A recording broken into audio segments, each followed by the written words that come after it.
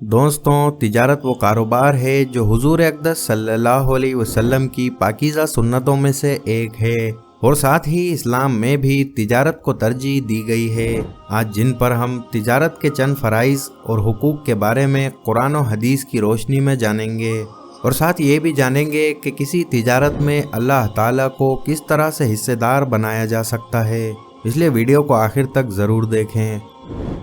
دوستوں، نبی اکرم صلی اللہ علیہ وسلم نے ارشاد فرمایا کہ تمام کمائیوں میں زیادہ پاکیزہ کمائی ان تاجروں کی ہیں جب وہ بات کرے جھوٹ نہ بولے، جب ان کے پاس امانت رکھی جائے خیانت نہ کریں، جب وعدہ کرے اس کے خلاف نہ جائیں، جب کسی چیز کو خریدیں اس کی مذمت کے لیے اس کی برائی نہ کریں، اور جب اپنی چیز بیچیں تو ان کی تعریف میں مبالغہ نہ کریں، اور ان پر کسی کا آتا ہو تو دینے میں ٹالم ٹول نہ کریں، اور جب اپنی شے کسی سے لینی ہو تو سختی نہ کریں۔ دوستوں، تجارت کے حوالے سے یہ بات بھی دھیان رکھی جائے کہ تجارت کے جو بنیادی اصول نبی اکرم صلی اللہ علیہ وسلم نے تجویز فرمائے ہیں، ان اصولوں کے تحت اگر تجارت اور لین دین ہوگا تو وہ عبادت میں شامل کیا جائے گا، اور ان اصولوں کے خلاف ورزی کی صورت میں تاجر دنیا میں تو دولت جمع کر لے گا، لیکن آخرت میں بدترین عذاب اس کا منتظر ہوگا۔ دوستوں، تجارت کے فرائض اور حقوق میں سب سے پہلے عدل قائم کرنے کی تلقین کی گئی ہے۔ ایک تاجر کو چاہیے کہ ناپ تول میں عدل قائم کرے۔ اللہ تعالیٰ سورہ انعام میں فرماتے ہیں، ناپ اور تول پوری کیا کرو انصاف کے ساتھ۔ ایک اور جگہ اللہ تعالیٰ سورہ رحمان میں فرماتے ہیں کہ تم تولنے میں ظلم نہ کرو اور انصاف کے ساتھ وزن کو ٹھیک رکھو اور تول میں کمی نہ کرو۔ دوستوں، ناپ تول میں کمی کو قرآن نے شدید حرام قرار دیا ہے۔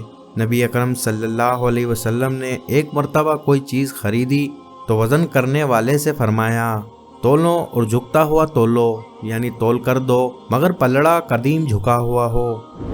ایک بخاری کی حدیث میں حضرت جابر رضی اللہ تعالیٰ عنہ سے روایت ہے کہ رسول اللہ صلی اللہ علیہ وسلم نے ارشاد فرمایا، اللہ تعالیٰ اس شخص پر رحمت کرے جو بیچنے کے وقت نرم ہو کر حق سے زیادہ دے اور خریدنے کے وقت نرم ہو کر حق سے زیادہ نہ لے، بلکہ کچھ معمولی کمی بھی ہو تو راضی ہو جائے۔ تجارت کا دوسرا حقوق یہ ہے کہ ملاوٹ نہ کی جائے۔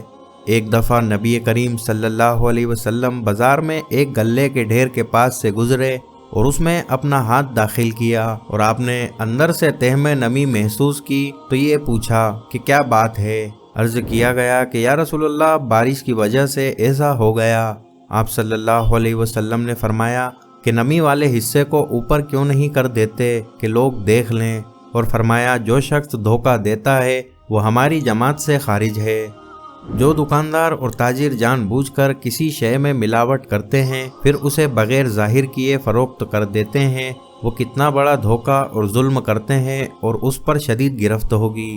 اسی کے ساتھ آپ کو بتاتے چلے کہ حضرت شعیب علیہ السلام کی قوم اسی ناپ تول اور ملاوٹ کی وجہ سے ہلاک ہوئی تھی۔ تجارت کا تیسرا حقوق یہ ہے کہ عیبدار سامان کا عیب بیان کرے۔ ایک تاجر کو چاہیے کہ وہ بیچنے والے تمام سامان کا عیب بیان کرے اور خریدار کو واضح کر دے کہ مال اور سامان میں یہ کمی ہے۔ حضرت جریر بن عبداللہ رضی اللہ تعالیٰ عنہ جب کوئی شے بیچتے تو خریدار کو مال کے عیوب کھول کر بیان کر دیتے اور کہتے کہ میں نے اپنا فرض ادا کر دیا ہے، اب خریدنا یا نہ خریدنا تمہارے اختیار میں ہے۔ لوگوں نے کہا کہ آپ اس طرح گراہکوں کو بدظن کرتے رہے تو تجارت کیسے فروغ ہوگا؟ آپ کا جواب تھا کہ ہم حضرت صلی اللہ علیہ وسلم کے دست حق پرست پر اس بات کا عہد کر چکے ہیں کہ ہر مسلمان کی خیر خواہی ملحوظ رہے گی۔ چوتھا حقوق یہ ہے کہ اپنے مال کی بے جان تعریف نہیں کریں، کیونکہ تاجر کے ہر قول اور فعل کا محاسبہ ہوگا۔ اس پر اللہ تعالیٰ کا ارشاد ہے، کوئی لفظ اس کی زبان سے نہیں نکلتا جسے محفوظ کرنے کے لیے چوکس نگران یعنی فرشتے موجود نہ ہوں۔ اسی طرح پانچواں حقوق یہ ہے کہ مال کا ذخیرہ نہ کرے۔ دوستوں، مال کو خرید کر ذخیرہ کرنا اس نیت سے کہ اسے بعد میں زیادہ قیمت پر بیچا جائے، حضور صلی اللہ علیہ وسلم نے اس کی شدید مذمت فرمائی ہے۔ ارشاد گرامی ہے کہ جب کسی نے غلہ یا اناج 40 دن تک روکے رکھا وہ سمجھ لے کہ اس نے اللہ تعالیٰ سے اپنا منقطع کر لیا اور اللہ نے اس سے اپنا رشتہ منقطع کر لیا، اور ذخیرہ کرنا اتنا بڑا گناہ ہے کہ خیرات سے بھی اس کا کفارہ ادا نہیں ہو سکتا۔ دوستو، تجارت کا چھٹواں حقوق یہ ہے کہ عہد کی پابندی کی جائے۔ اللہ تعالیٰ سورہ بنی اسرائیل میں فرماتا ہے کہ عہد کے بارے میں پوچھا جائے گا۔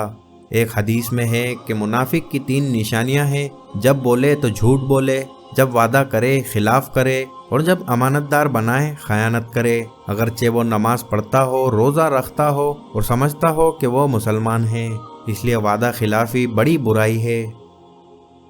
اسی طرح تجارت کا 7واں حقوق ہے کم منافع۔ حضرت علی رضی اللہ تعالیٰ عنہ کوفہ کے بازار سے گزرتے تو لوگوں کو فرماتے: اے لوگوں، تھوڑے منافع کو واپس نہ کرو کیونکہ زیادہ منافع سے محروم رہو گے۔ اسی طرح لوگوں نے عبداللہ بن عوف رضی اللہ تعالیٰ عنہ سے پوچھا کہ آپ کی امیری کا باعث کیا ہے؟ آپ نے کہا کہ میں تھوڑے منافع کو بھی واپس نہیں کرتا۔ تجارت کے 8واں حقوق ہے کہ قسم نہ کھائیں۔